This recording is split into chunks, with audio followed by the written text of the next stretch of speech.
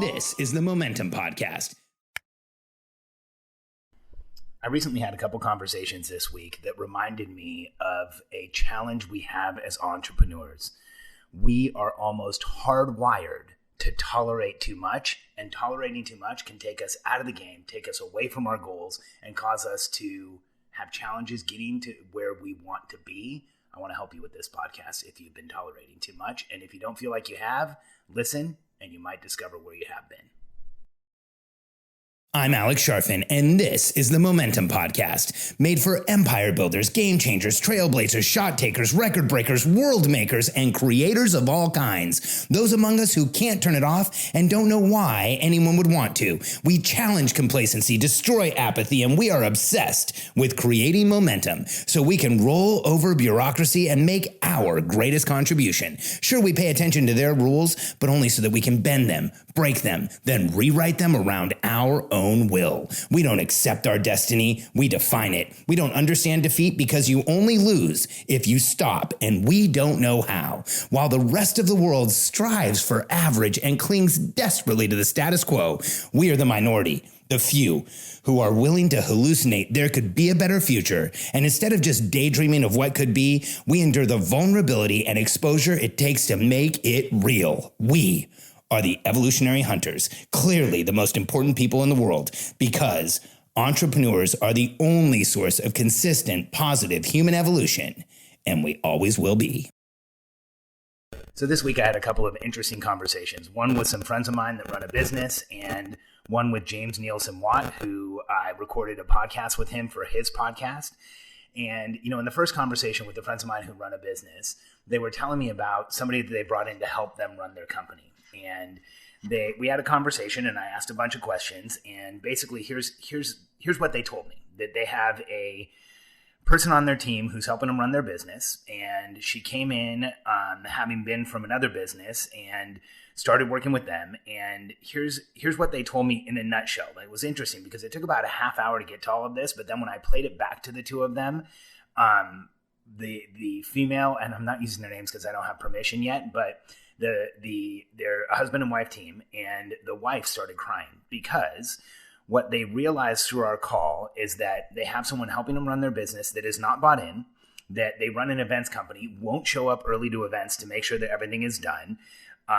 The husband on the team is actually in their customer service software, making sure that everything's getting done because he doesn't trust that it will be.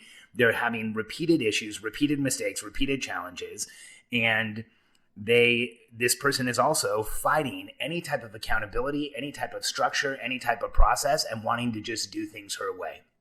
And when I heard all of that, I played it back like I just did for you, and that's where I got the emotional response. Because here's what happens to us as entrepreneurs. See if this makes sense to you. Every one of us has been in a period of our lives where we see an outcome, where we see a destination, where we see somewhere we want to get to. And it's that tiny light at the end of the tunnel. And the people around us are saying, hey, you don't have enough time. You don't have enough money. You're not old enough. You're too young. You're too old. You don't have enough experience. You're over-experienced. Whatever the objection is from the world around us comes at us. And, we're saying, hey, but I see this light at the end of the tunnel. And the people around us are like, hey, that light might be a train. But if you think back through your history, you've been in exactly that situation. You've propelled yourself towards that light. You've compelled it towards you. You've stepped through that light. And that's exactly where you became who you are today.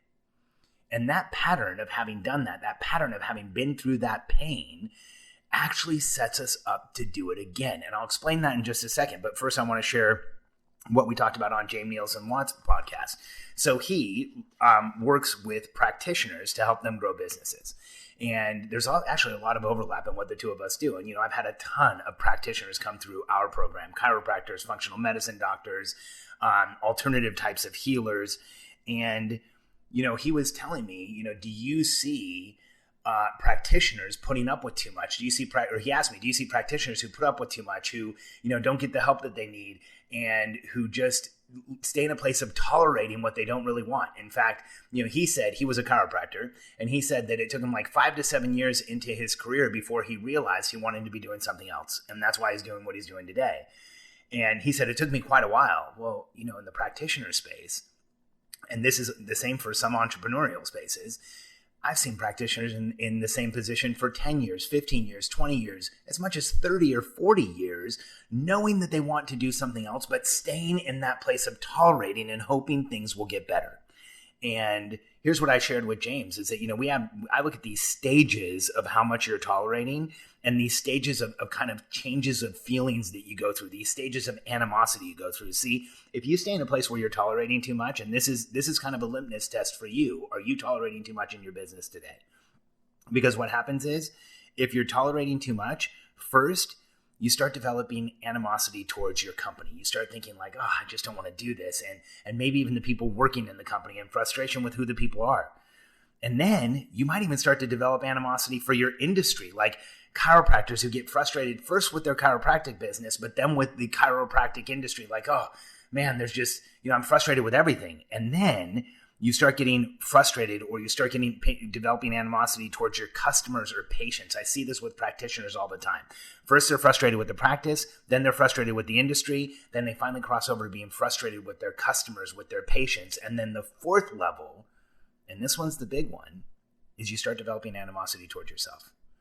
You start developing negative self-talk and you start having frustration about yourself and you start feeling bad about yourself and you start thinking that, you're the one that's at fault, that you're not happy and you're frustrated and you kind of stay in this place of tolerating way too much. And here's why. When you look at that equation that I spelled out earlier about how we've all been through this period of time where we've tolerated, where we put up with things, where we've finally broken through, that conditions us to stay in that place of tolerating. That actually conditions us to feel like if there's too much going on, if we're frustrated, if there's too much happening, then something good is about to happen. But here's something I want you to really think about. If we stay in a place that we're not happy, if we stay in a place where we're not in momentum, where we're feeling constraint, and remember, I define the entrepreneurial personality type as physiologically sensitive, momentum-based beings that are highly reactive to constraint. I know that's me, and if you're listening to my podcast, that's probably you. Whether you're an entrepreneur in charge of a business or not, it doesn't matter. You are probably an EPT, that entrepreneurial personality type. And what I mean by physiologically sensitive is we feel things as entrepreneurs. We feel them in our bodies. In fact, when you look at entrepreneurs who are in constraint, who are in that place of not being in momentum, who are not excited about what they're doing, we start to be fatigued. We start to have symptoms. We start to have diseases that you can label like chronic fatigue and Hashimoto's and Lyme disease and all kinds of other stuff that has come up, autoimmune issues and autoimmune disorders and ADD and ADHD and Asperger's, so much more. And when we're in that place of momentum, it's amazing how those symptoms seem to just go away.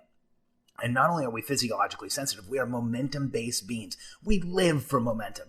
We want momentum like the rest of the world wants oxygen, like we need to have it. And when we're out of momentum, we don't just feel it in our bodies, we feel a physiological, a cognitive, and a chemical depression. So it's in our bodies, in our minds, and in the chemicals in our bodies, we actually feel that depression.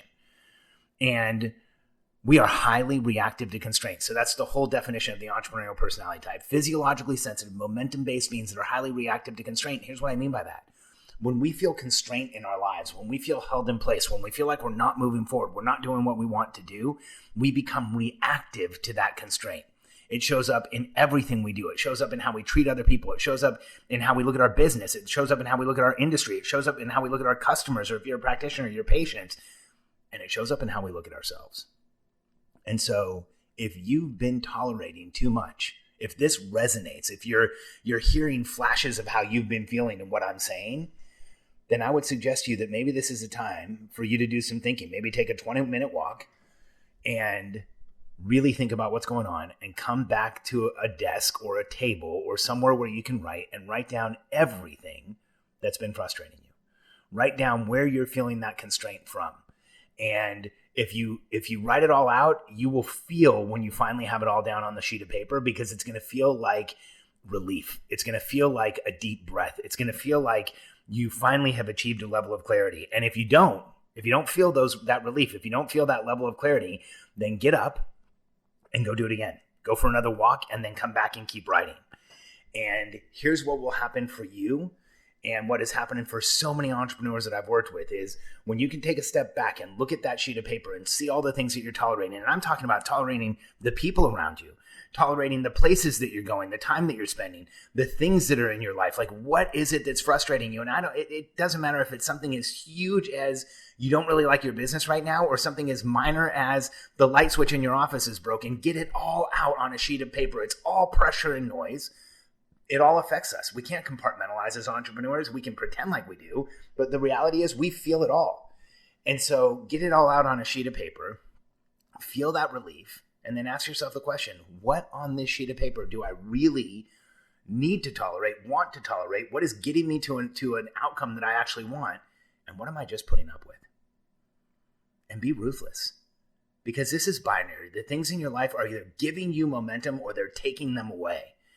And tolerating too much is a massive form of constraint that affects us everywhere.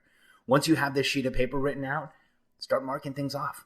What are you going to eliminate from your life? What are you going to stop doing? What are you going to stop allowing in your life? What barriers and what boundaries are you going to put up so that these things don't affect you like they do anymore?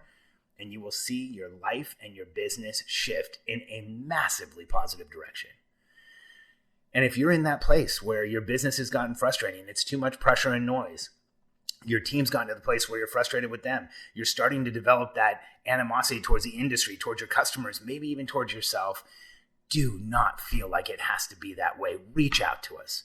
Go to simpleoperations.com, fill out the short survey on our website, and jump on a call with a member of our team so that we can show you how we help entrepreneurs overcome these feelings, create the business that you really want, get the help you need, and get back into momentum. It is my goal in life to help as many visionary entrepreneurs as I can get into momentum and stay there so that you can go out and make a massive impact in the world. So go to simpleoperations.com, connect with us, and we'd love to talk to you. And if this podcast meant something to you, do me a favor, share it with another person that needs to hear it, because in my experience, almost every entrepreneur out there who's doing incredible things in the world is also tolerating way too much. And I want to help you, and I want to help them. Simpleoperations.com. Thanks for checking us out. And if you end up getting on a call with us, we can't wait to talk to you.